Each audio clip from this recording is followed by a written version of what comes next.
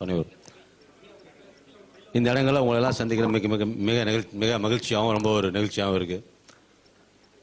மாண்பு முதலமைச்சர் அவர்கள் பதவியேற்கும் போது ஒரு வார்த்தை சொன்னார், இந்த ஆட்சி அமைஞ்சது நம்மளோட மக்களுக்காக, நம்ம மக்கள்லாம் தேர்ந்தெடுத்து நம்மளை சூஸ் பண்ணி கொடுத்துருக்காங்கன்னு எங்கள் ஒரு எம்எல்ஏ பார்த்து மீட் பண்ணும்போது எம்எல்ஏ மீட்டிங்கில் சொன்னார். இது எல்லாமே நம்ம மக்களுக்காக கொடுத்த மாற்றம்.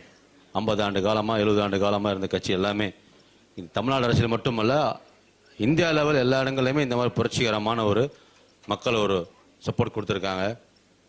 இந்த ஒரு சப்போர்ட்டை நம்ம எந்த சூழ்நிலையிலையும் எந்த இடங்களையும் எந்த விதமான கட்சி பாகுபாடும் இல்லாமல் எந்த ஒரு இண்டிவிஜுவல் பாகுபாடும் இல்லாமல் மக்களுக்கு சேவை செய்யணும்னு சொன்னார். அப்போ ஒரு வார்த்தை பேச சொல்லும்போது, எந்த இடங்கள்லையும் யாருடையும் அன்பு பாராட்டி சகோதரத்துவத்தோட ஒரு ஃபேமிலியாக எங்கள் தலைவர் எப்பவும் சொல்கிற மாதிரி ஒரு நண்பனாக, ஒரு தோழனாக, உறவினராக, ஒரு சகோதரனாக, ஒரு ஃபேமிலியில் ஒரு பர்சனாக இருந்து மக்களுக்கு கூடயே சேவை பண்ணுங்கன்னு சொன்னார். அவர் அன்னைக்கு சொன்ன வார்த்தை இன்றைக்கும் எங்கள் மனசுக்குள்ளே ரொம்ப எல்லா எம்எல்ஏஸ் மனசுக்குள்ளே ஒரு ஒரு ஞாபகமாக என்றைக்கும் மைண்டில் வச்சு ஃபாலோ பண்ணிகிட்ருக்கோம். அதே போல தான் அன்னைக்கு சொன்ன வார்த்தை தான் இன்றைக்கி தமிழகத்தில் எல்லாருமே அனைவரும் ஒரு குடும்பமாக, ஒரு சகோதரனாக, ஒரு தமிழக வெற்றி கழகம் என்பது குடும்பமாக எல்லாரும் ஜாயின் பண்ணி ஒர்க் பண்ணுறோம்.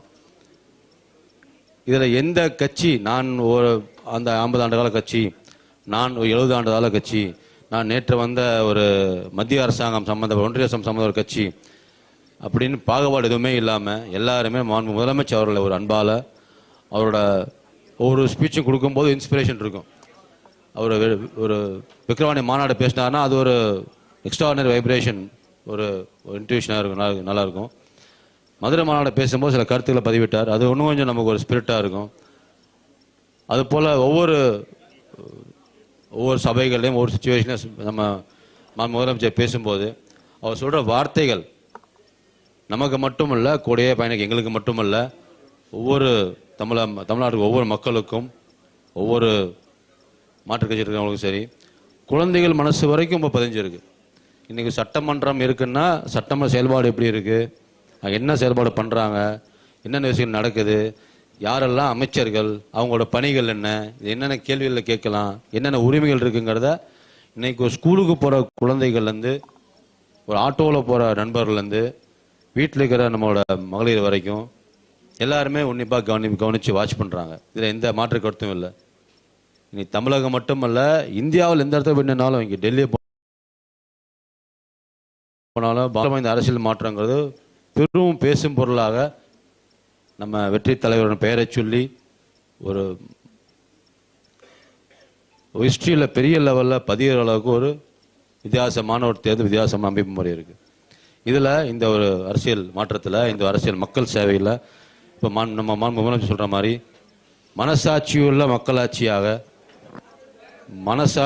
மக்களாட்சியாக இந்த தேர்தலில் இந்த தமிழக மக்களுக்கு வேலை செய்வதிலையும் அவங்களுக்கு தேவை கூடந்து ஒர்க் பண்ணுறதுலையும் நான் மட்டுமல்ல, எங்கள் கூட எல்லாருமே, எங்கள் நண்பர் மாண்புமிகு அமைச்சர் புஷானந்த் அண்ணன், எங்கள் கூட இருக்கிற சட்டமன்ற உறுப்பினர்கள், எங்கள் கூட பணியாற்றும் அமைச்சர்கள், எங்களோட இருக்கிற மாற்றுக் கட்சி இருக்கிற தோழர்கள் எல்லாருமே சிறப்பாகவும் சீரியஸாக ஒர்க் பண்ணிகிட்ருக்கோம்.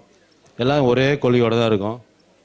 எந்த சூழ்நிலையிலையும் எந்த இடங்கள்லையும் லஞ்ச லாவணியம் இல்லாத ஆட்சியையும், நேர்மையான ஆட்சியையும், ஊழலற்ற வெளிப்படைத்தன்மை ஆட்சியை மட்டும்தான் பண்ணணுங்கிறது எல்லாருமே ஒரே சென்ட்ரிக்காக, ஒரே சிஸ்டமேட்டிக்காக நம்ம முதலமைச்சர் ஒரே கொள்கையை இறங்கி ஃபாலோ பண்ணுறோம்.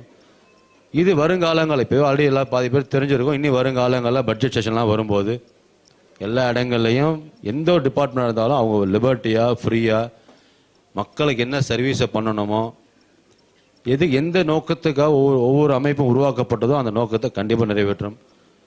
லஞ்ச ஒழிப்புத்துறையாகட்டும், எல்லாண்டோ ஒரு டிபார்ட்மெண்ட்டாக எல்லா துறைகளும் அதற்கு என்ன துறை ஒதுக்கப்பட்டதோ அந்த துறைகளில் யாரோட ஃபோர்ஸ்ஃபுல், யாரோட ப்ரெஷர் இல்லாமல் இண்டிபெண்ட்டாக அவங்களோட துறைகளை 100க்கு 100 மடங்கு செய்வாங்க. நம்ம முதலமைச்சர் சொல்லிட்டு இருக்கிற மாதிரி எல்லா துறைகளுமே இண்டிபெண்ட்டாக, எந்த ப்ரெஷரும் இல்லாமல், வெளிப்படைத்தன்மையோட மக்களுக்கு தேவையான சர்வீஸோட மட்டும்தான் இருப்பாங்கிறது நீ வருங்காலம் இப்போ ஆல்ரெடி பார்த்துக்கிட்டு இருக்கோம். எல்லா துறைகளும் பார்க்குறோம். இன்னும் வரும் காலங்களில் இன்னும் சிறப்பாகவும், மேன்மையாகவும், திறமையாகவும், ஃபாஸ்ட்டாகவும் ஒர்க் பண்ணுங்கிறத எந்த நம்பிக்கையும், எந்த விதமான மாற்று கருத்தும் இல்லை. 100% இருக்கும்.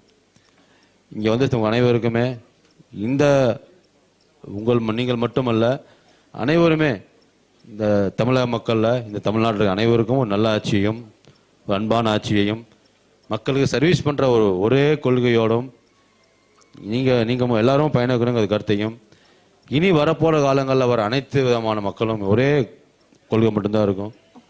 உள்ளே வரும்போதே நம்ம மைண்டில் செட் பண்ணிடுவோம், இப்படி தான் இருக்கணும், இந்த கட்சி நம்ம தமிழ் வெற்றி கழகத்தை பொறுத்தவரைக்கும் இப்படி தான் இருக்கணும், இதுதான் பிரின்சிபல்ஸு, இங்கே தான் ஃபாலோ அப்ஸு, எந்த எதிர்பார்ப்பும் இல்லை, மக்களுக்கு ஹெல்ப் பண்ணுவோம், சர்வீஸ் பண்ணுவோம்.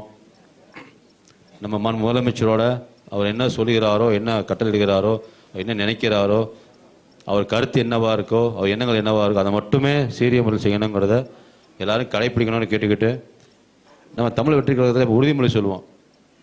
அந்த உறுதிமொழியில் ஒவ்வொரு வார்த்தைகளும் செதுக்கப்பட்ட வார்த்தைகள்.